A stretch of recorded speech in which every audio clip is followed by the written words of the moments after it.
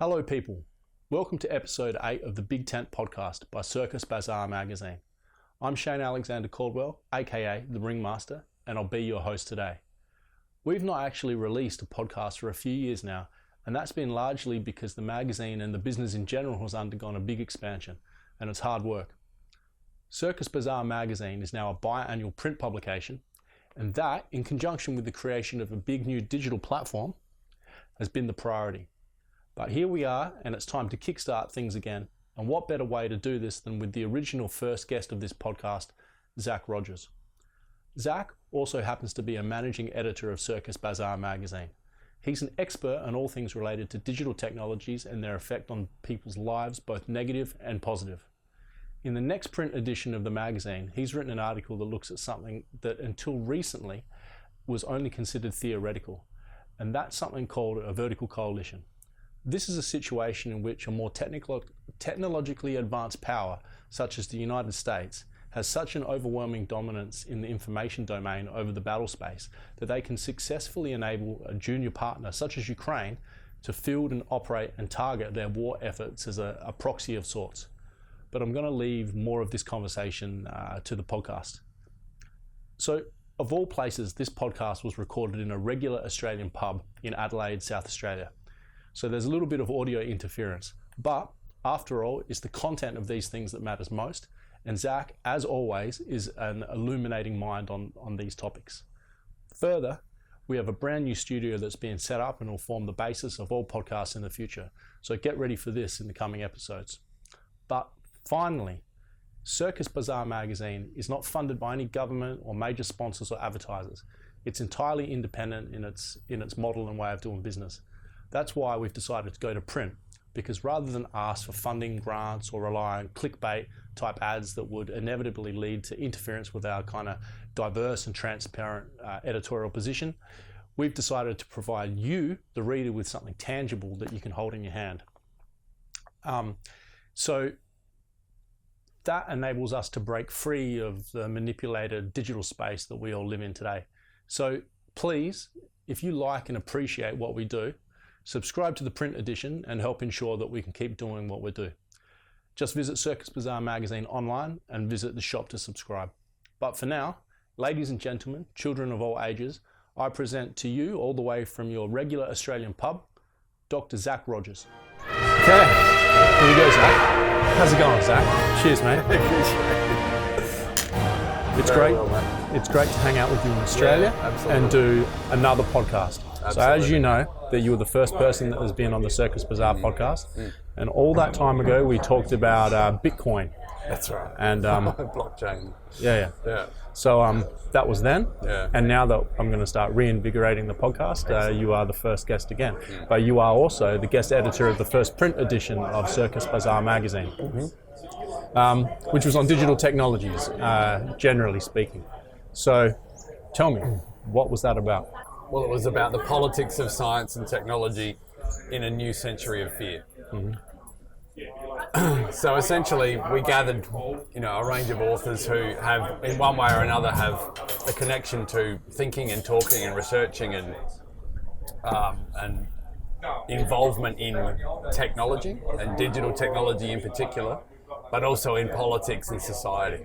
So it's that intersection between those two sort of developments, and that really is, broadly speaking, what interests me the most about this area, is in the intersection between how we think about technology broadly, particularly digital tech, just because it's arguably the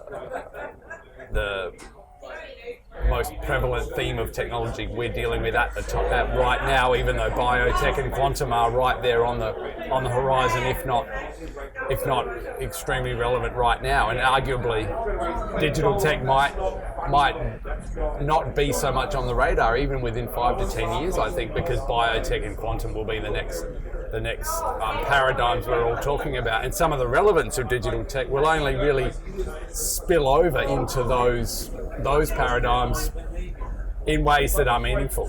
In other words, there's an awful lot of fat to get cut off the muscle and bone here with regard to digital tech, but that's another story. for me, the interest in technology and digital tech is really a late development in my research and my thinking, only because of its political influence, only because of the interest I have in it as a political force, with particular emphasis on national security and the military enterprise and its treatment of digital tech, because again, I've always believed that the military is something of a canary in the coal mine, or something of a test case when it comes to the reality, the reality of what digital technology can and cannot do, and what it offers in terms of value as a product rather than an asset to be speculated on by capital. As a product, what it offers society, but what it offers the military, and what the military can or cannot expect to do with it. So that's a very sharp focus of my day job, of my research, and increasingly we, in our interactions with military clients and other national security stakeholders, we are slowly discovering the emergence of these concerns among that cohort who operate outside of the speculating bubbles of finance and corporate actors, and actually want to know and need to know what this technology offers them in reality. So that's a really current and emerging thread in my in my research and in my scholarship. And So basically, up until a few months ago, everyone was talking about an international race to who's going to be the master of AI geopolitically in the world. However, we've seen in the last few months that the United States has raced ahead with the release of ChatGPT on the US market. So now every entrepreneur in the US is taking account of this, and it's not a race to who's going to be the most powerful, but the US market and entrepreneurs are embracing it. So is the game over? Has the United States won the race for artificial intelligence? No, they haven't. ChatGPT is plagiarism technology. It shouldn't be thought of as artificial intelligence. These are distractions. They are rhetorical flourishes. Artificial intelligence was a term invented in the 1950s by computer scientists trying to attract more funding. We in our work try not to use the term. We don't even use the term machine learning. We try to use the term machine training, because that immediately directs, via the language you use, your attention to what's actually happening. So these statistical inference software is not learning. It is not intelligent. It is simply it is simply making probabilistic inferences between data in databases, and that's all it is. So ChatGPT in particular is simply a type of plagiarism technology. It's a type of it simply takes existing text on the internet and uses statistical inference to then generate an output. There's actually very little that's interesting about it. If that were the AI race, and someone were claiming to have won that, it would be the most superficial, trivial, nonsensical, market-based nonsense. It would actually probably be quite appropriate in terms of AI races. There is no AI race. There is simply technology that societies involved in developing it don't really know what it's going to do, but they are determined to make sure they don't miss out if it does turn out to be valuable in a strategic sense. Now, that could mean anything. That could mean it's actually useful as a product, or it's just useful for financial speculation. Now, both of those things are, in the world we live in, both of those things are strategically important. And we live in a world where capital sloshes around from one trend to the next, and it's largely dominated by a handful of asset managers who manage assets for stakeholders in the United States, in China, all over the world. So it's these asset managers that determine where capital goes. They want short-term profit. They don't care if stuff doesn't work. They just care if it increases in value tomorrow. So you have to understand the entire discourse around the so-called AI race in that context. Now, there are real things happening with statistical inference in terms of weapon systems, in terms of analytical predictives, but all of those they're hard, technical, scientific processes that aren't. They're not a race. They're really hard to actually produce results from. And if you actually scan the horizon and the landscape for legitimate successes in the use of statistical inference via large databases, it's very hard to find actual products that are strategically important. What you find is a product that delivers a reason to speculate financially on a cluster of technologies people are really promiscuously just lumping under so-called AI without understanding it, and therein lies its strategic value as a vehicle for financial speculation. That is my understanding of what the AI race is, which is just a race for capital for short-term profit. Well, not that this has anything necessarily to do with AI, although it has to do with advancements in digital technology. But you sent me an article earlier today that the British military, or the British Navy, had made some successful test of using quantum navigation. What does that mean for... Well, that is what I mean by delivering a product. So if we have no idea whether that's real or whether that is the case, I'm sure those technologies are closely guarded by everybody. I note that I believe China declared that it had used quantum technology to communicate between satellites a number of months ago. I'm not sure if that's correct, but we're talking about things that actually work. So if a technological breakthrough via quantum technology and quantum superposition was available to navies around the world, where they no longer need external sensors to identify the location of their fleet, namely satellites, namely hydrophone sensors, namely underwater sensors, that they could identify and navigate via the internal dynamics of quantum systems within their fleet, then that would be an extraordinary and real technological breakthrough with strategic implications, because militaries worldwide, but particularly the United States, are incredibly dependent on satellite navigation and satellite geoposition. We also know that space is a contested zone now, so there are means by which countries and militaries can contest space and the use of space and can effectively render it useless. That's one of the things people studying that space really worry about.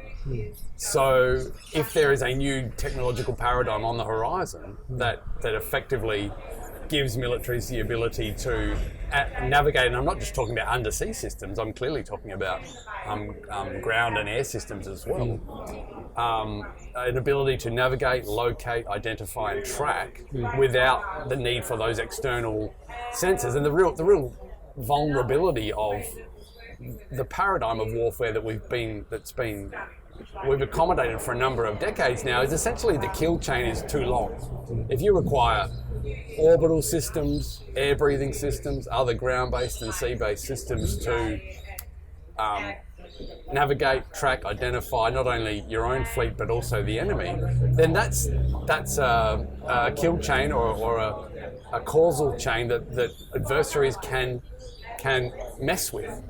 In the nuclear realm, one of Russia's biggest investments over the last few decades has been in electronic warfare, and that just means that it knows that the United States and its allies have highly advanced remote sensing capabilities as well as highly advanced precision capabilities in terms of counterforce operations. So Russia's invested heavily in just being able to mess with the electromagnetic spectrum in a locally around certain targets, so that should that sort of contingency come to bear, they would be able to mess with the terminal phase of any sort of missile strike on their nuclear capabilities, and they therefore give rise to doubt in the minds of the military operators that that those operations would be successful. So the long kill chains that are represented by things like satellites and other ground-based and air-breathing systems are real vulnerabilities in this existing paradigm of warfare that's emerged really over the last several decades with the digital revolution. But as we move into a quantum revolution, if that is real, then that's genuinely a paradigm and a game changer. Or, how much it's going to be real and who's going to get in front of it is another question. But we might all be talking about quantum in 5 to 10 years, rather than artificial intelligence and big data might just be a thing of the past. Who knows? My point about technology is we really don't understand where it's going.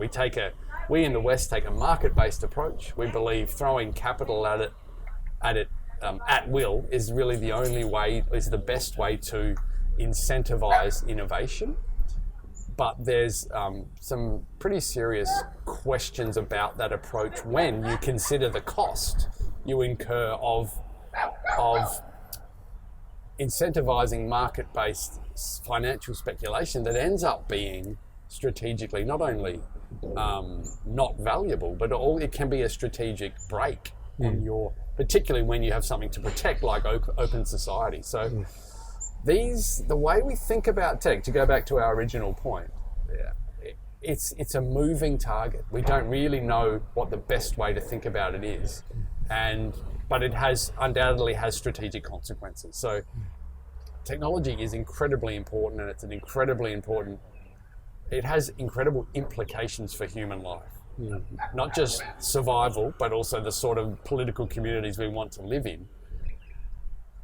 Any idea that a capitalist market-based approach where you throw capital at it and you let all kinds of hubris operate just to drive that financial engine is not necessarily the best way.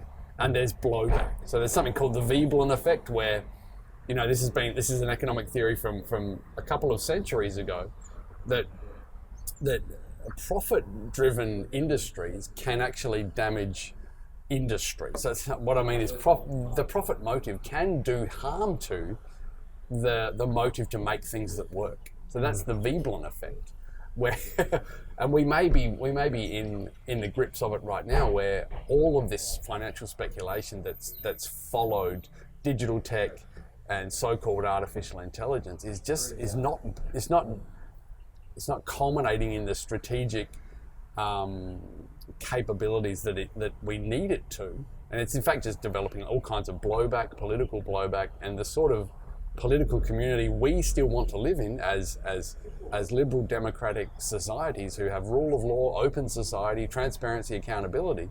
Those things are being damaged seriously by the hubris that surrounds that financial speculation. So what ultimately is the value of our approach to technology under this market-based financial speculative approach, and what might be the alternatives to it? I think these are the underlying questions facing our communities as in terms of their strategic effect. Right. Back to the idea of AI.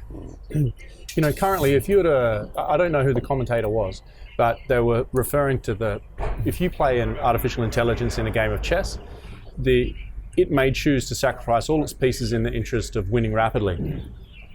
But if we were to use artificial intelligence in the strategic game of warfare, it may do the same with us to achieve victory.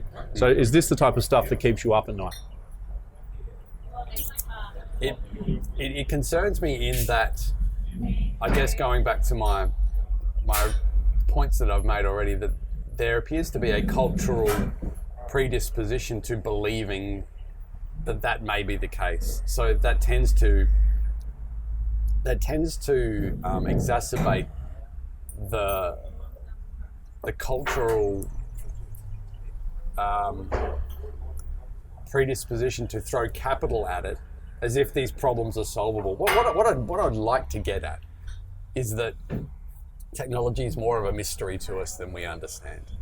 Like, it's more of a mystery to human beings than we treat it.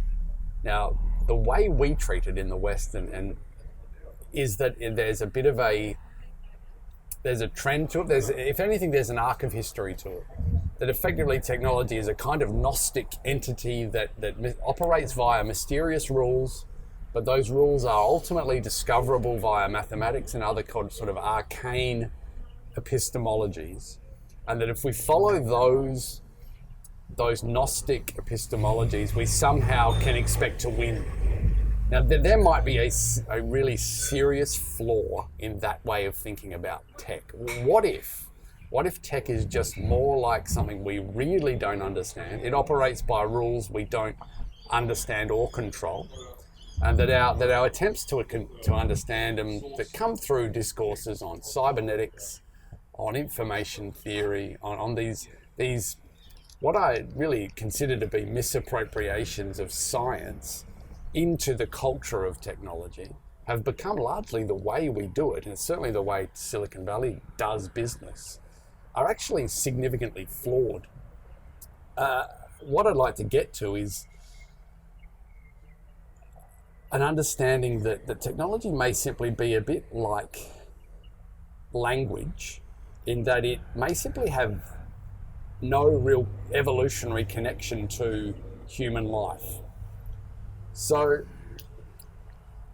technology may be more alien than we understand, and it may abide by rules that are more alien to us than we understand. And where we get it wrong is that we superimpose ideas like evolution on the development of technology, and we believe it's operating via some sort of discernible, discrete rules that we can understand, and therefore we should just follow. What if that's wrong? What if, as the late author Cormac McCarthy wrote in 2017 about language, it was something that fascinated him late in his career. He suggested in 2017 that language might be more like a parasite that invaded the human host some 100,000 years ago, and has very little, if any, connection to the subconscious. So he thought the subconscious was, he described it as a machine to operate an animal.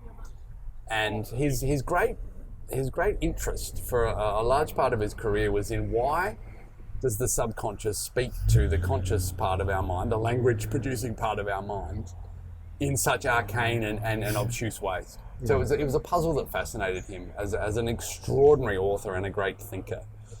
And his passing recently has only, I think it's going to focus people's attention on some of the things he thought about, because I believe he's an extraordinary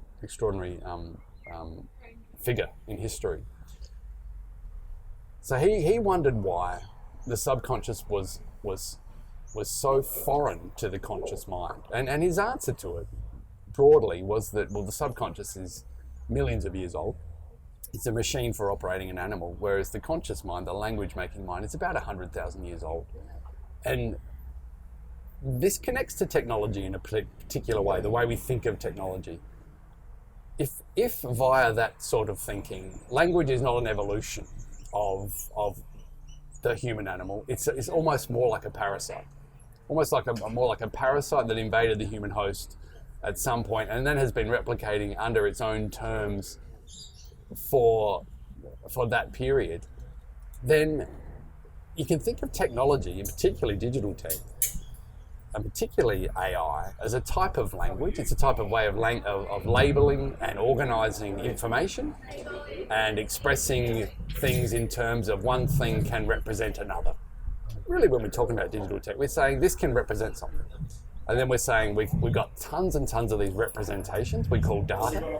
And then we can use Bayesian inference and Bayesian probability math to fill the gaps in the data we don't have and to then proceed and to act. That could be thought of as a type of evolved language. But if we draw back to McCarthy, some of McCarthy's thinking about language, well, if language is not an evolution of the human animal, but a form of parasite or a type of leap that has almost left the human animal behind, then as we move into the era of AI, so-called, we're talking about a foreign alien language that we are nonetheless superimposing our ideas about evolution on. And it's our insistence on believing that in a secular sense that technology evolves and culture evolves. It's our insistence on that popular belief, which I take to be just a spillage or a surrogate of a lost, culturally disenfranchised or delegitimized religious understanding that God is in control of where history goes. And our Western origins in Platonism and Christianity are formative here. That a secularized version of that evolution is a type of universal force that operates not only on genes and biology, but also on culture, society, and warfare. There's a mistake in there. There's a flaw in there. And our insistence, though, our cultural insistence on superimposing something like a generalized view of evolution on culture and warfare and technology is actually a profound mistake, because it's not evolving, it's just changing and it's just drifting. If we took that view of artificial intelligence and markets for data and markets for the surveillance-based political economy that is fully fledged, virtually fully established now in our societies, we would take a profoundly different view of all the discourses around AI. We wouldn't be confused by these distractions about can machines think or are they sentient. We would simply see the political forces at work. And I think that's a clearer way to understand these discourses on technology. But what McCarthy was getting at, and what other scholars have been saying for a long time, is that these are deeply cultural phenomena. So us as Westerners have a bit of a flaw the way we talk about tech, and I think it may have pretty significant consequences. If technology is a type of language and language is a type of alienation from being human, then there's no evolution, and there certainly is no fusion of human and technological capabilities, which you hear militaries talk about all the time. They want their soldiers to be optimized by technology. But some of the counter discourses to that are there is no optimization. There is simply incommensurate dynamics that involve humans and that involve technology. So do we end up, and this is some of the consequences of that thinking, are that we do end up ultimately handing off a whole lot of agency to the technology itself because we believe it's a strategic winner, but we ultimately end up also losing our place in history, losing our sense of who we are as human beings in the process. So I think there's some deep ruptures there in the way we think about it. But in saying all of this, particularly in regard to military affairs, the next edition of the magazine is on Ukraine. So how does this play into the conflict there? We've got many thoughts.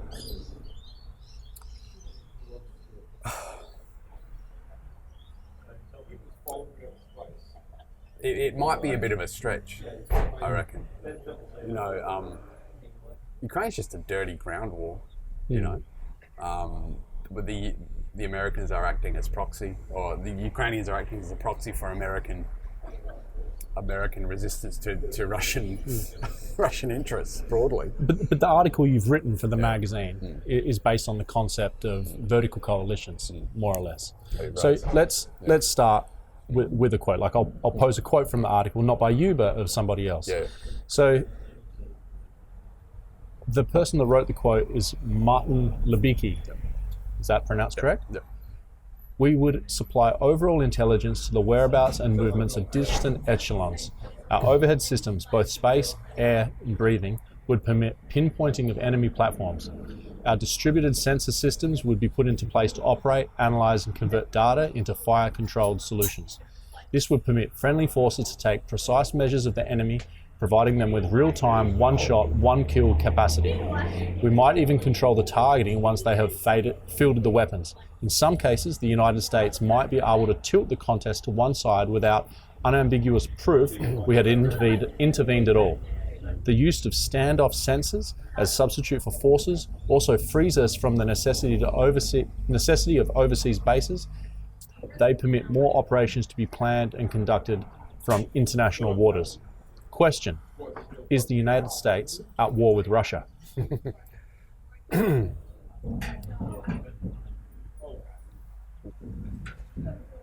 on, Zach. Say it.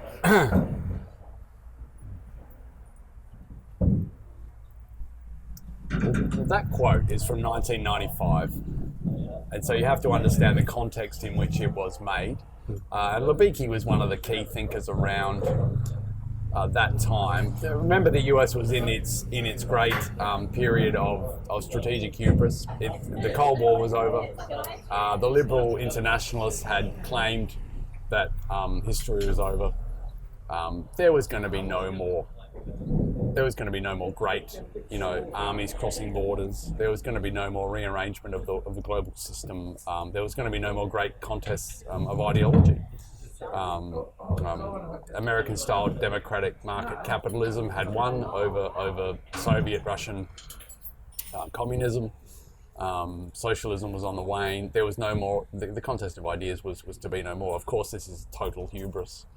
But the way the US thought about its advantage in digital tech and its military advantage around that time was that it was going to enable a fundamental recalibration of particularly American relationships, not only with its adversaries but with its allies and with its coalition partners.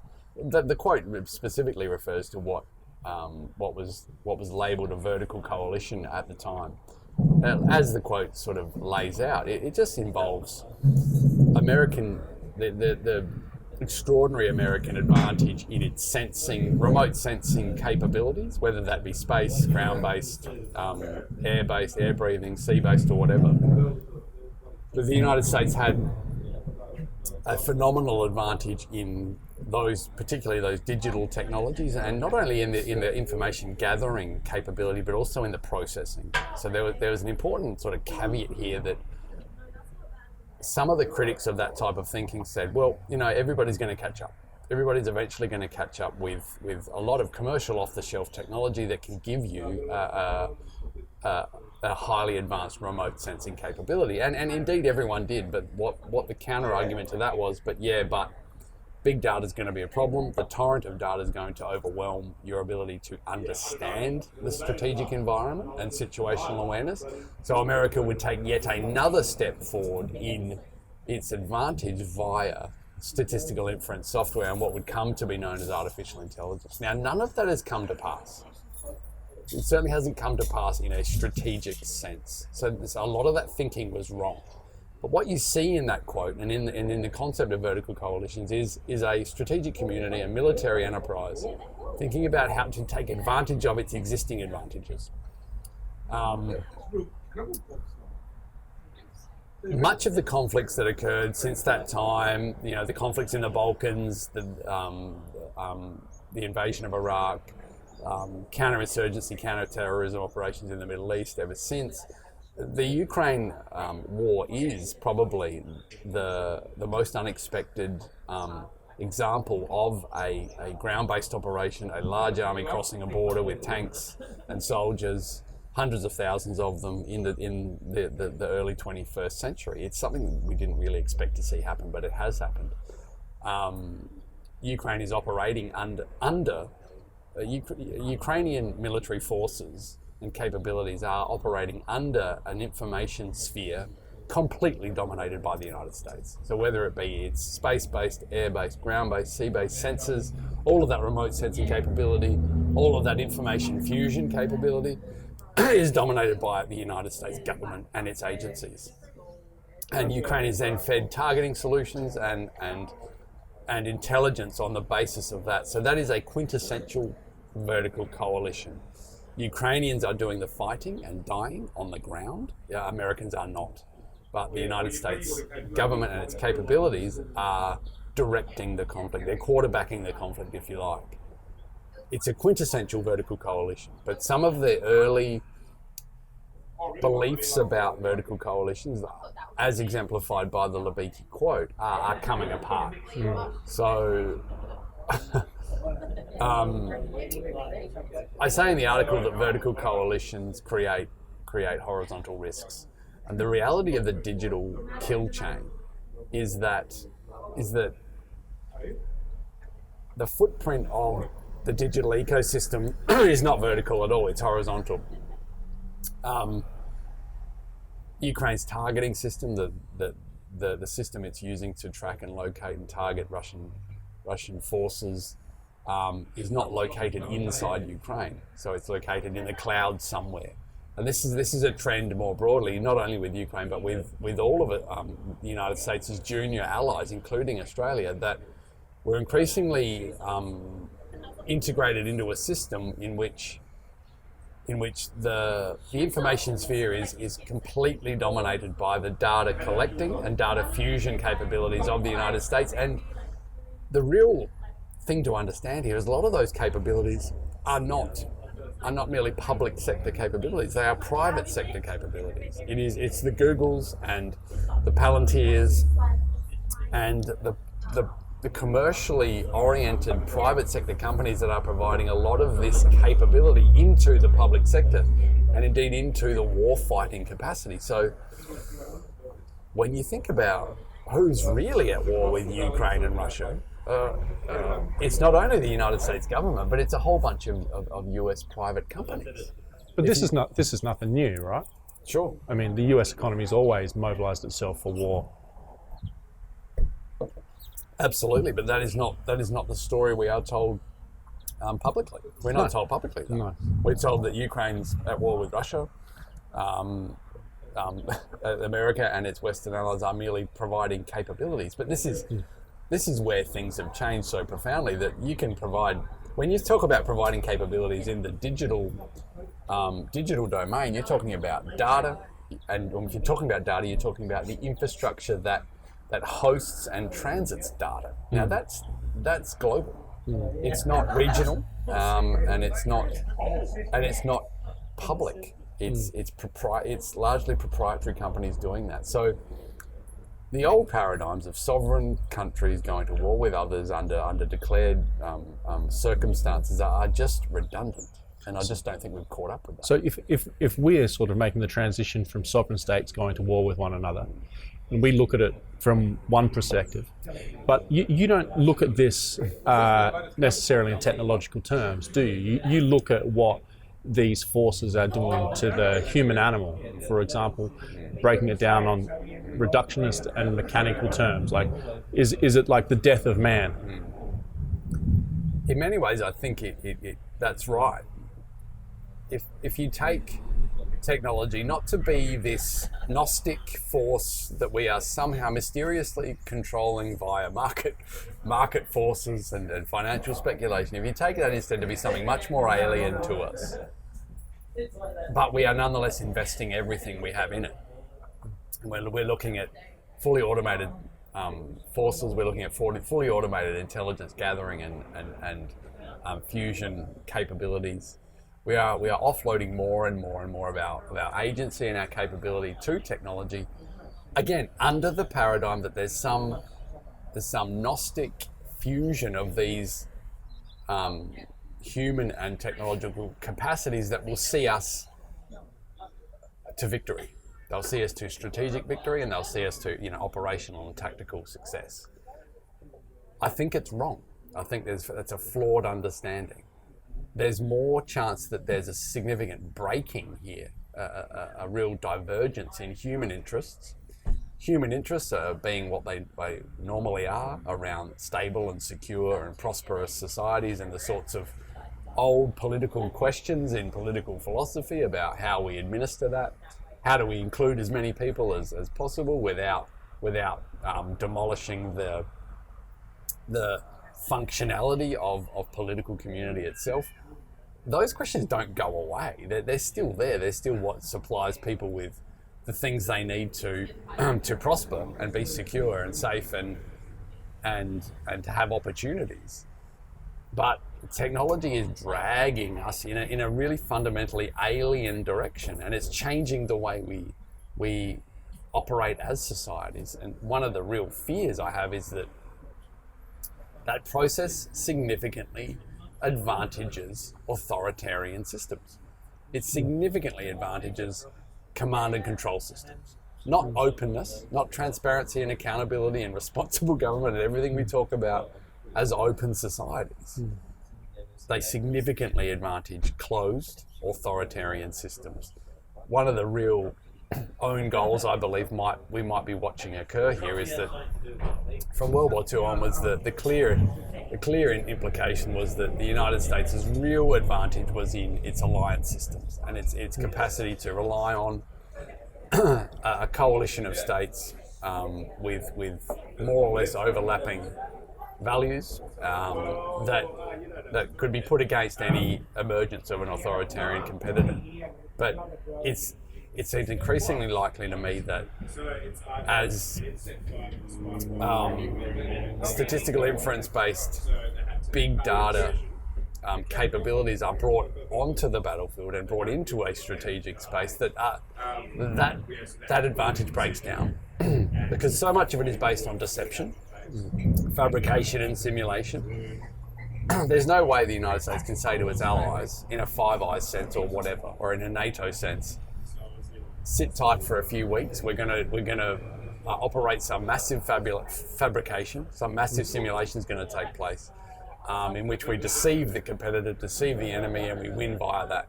That's largely the value proposition of AI as it stands today, and there's just no way that works in a coalition or a coalition of alliances. It doesn't work because governments in those alliance states are still responsible to their citizenry. It doesn't work. So the US's great advantage in being the leader of a large coalition of states is at odds with this regime of technology, in my view.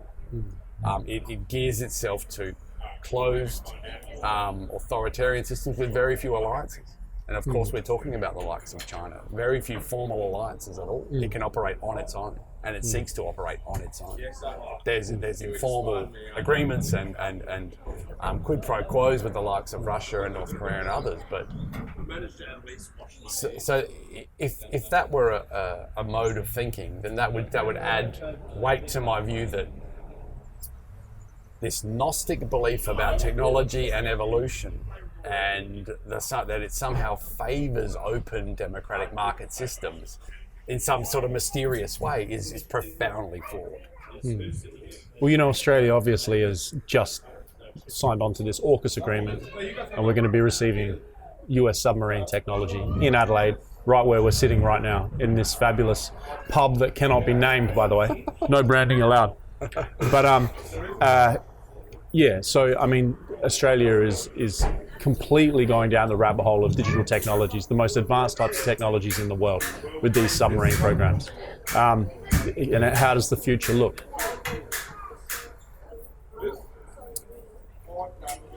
Well, there's a view that the AUKUS decision is a type of insurance policy,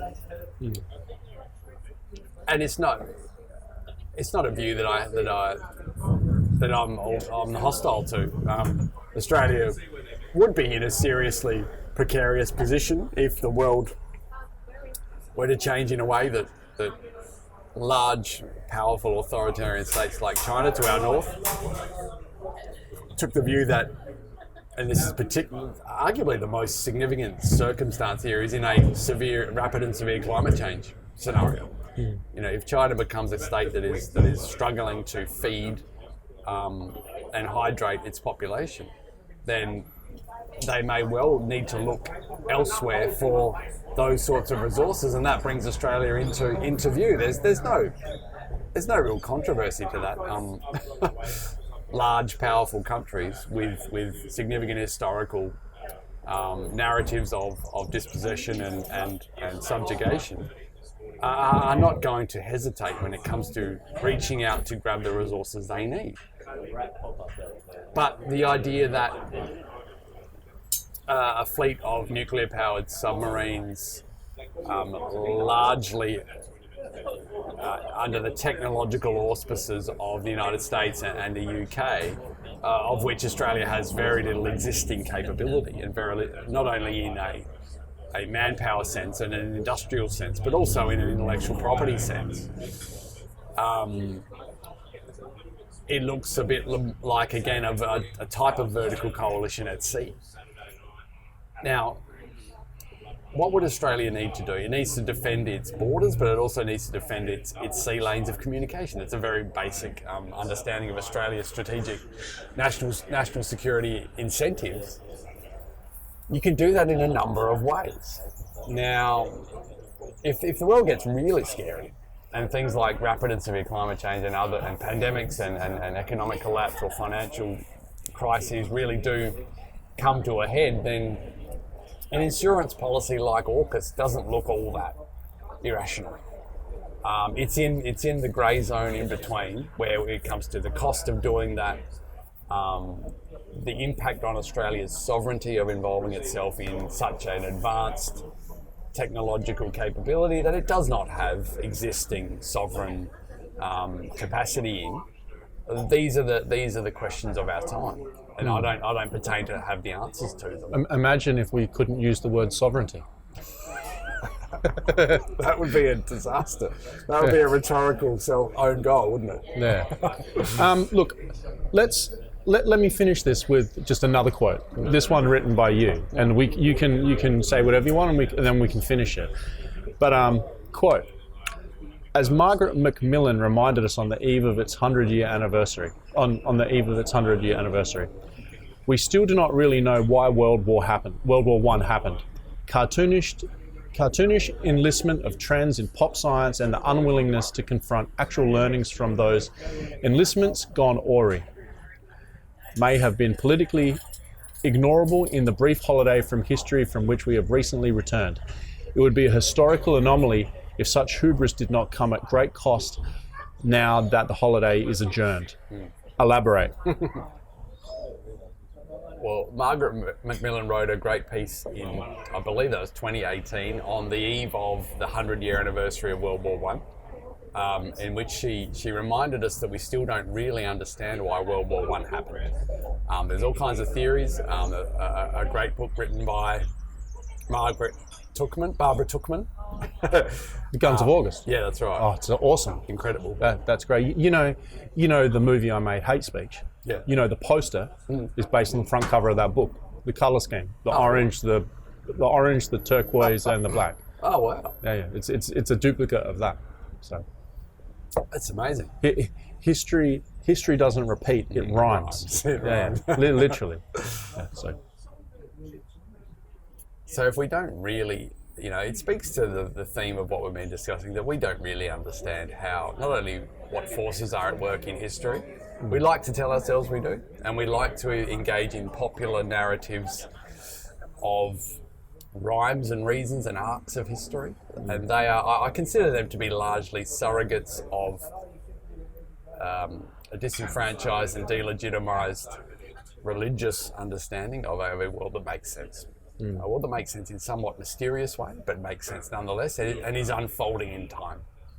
I believe those very fundamental Western human needs are simply secularised in the ideas that propel people to think about, to apply ideas and concepts, legitimate scientific concepts like evolution via natural selection, to everything, including culture and including warfare. Now, if we don't... And economics. Indeed. That's the killer, in my society mind. and economics, yeah. These are misappropriations, and they are pseudosciences. So, if culture and warfare do not evolve, they merely drift, then much of our discourse has got to be wrong. So if we don't understand how wars really start, how would we act differently if we abided by those axioms? I think we would be more cautious. I think we'd be much more cautious about technological developments and the way we deploy and scale them in society before we understand them. We'd be much more skeptical of the engine of growth being financial speculation and the ways that can go wrong for societies like ours. We would take greater stock in what we've achieved so far. We take greater stock in the achievement of the post-World War II era, and for all its imperfections and its incompleteness, liberal democratic society in which people are represented and their representatives are accountable to them via checks and balances, via open, transparent laws and via democracy, it's about as good as it gets. And you would try to hold on to that for as long as you can. And you would be very skeptical of paradigms in which financial speculation and corporatist approach to technology just let it rip and ripped holes in your democratic and your social fabric that can have significant not only opportunities for your strategic competitors and adversaries, but just represent a series of own goals in terms of your capacity to pursue the things that people really need and value. We get a little bit carried away with these discourses, and what Margaret Macmillan was really warning us about was our own hubris, and how close we can get to existential danger via these discourses. So that takes us right to the brink of a nuclear exchange, and how close we are to that right now with this situation in Ukraine. And an approach that took a real stock of the risk of that would probably be quite different from the one that we currently are living under. Okay, Zac. Well, that was awesome, man. And we'll end it. And just for the listeners' information, I'll say it again. Zac's the managing editor of CB Magazine, the guest editor of the first edition, and a very valued contributor to the second. So the next edition is on identity politics through the lens of the war in Ukraine. It'll be called It Tolls for Thee, which means the bell is tolling, and that means whereas this podcast is between two individuals, when the bell tolls, it is for thee, which is for the listener. Cheers. Cheers. All right. Cheers, man. That's it. That's good. Thanks. That was good.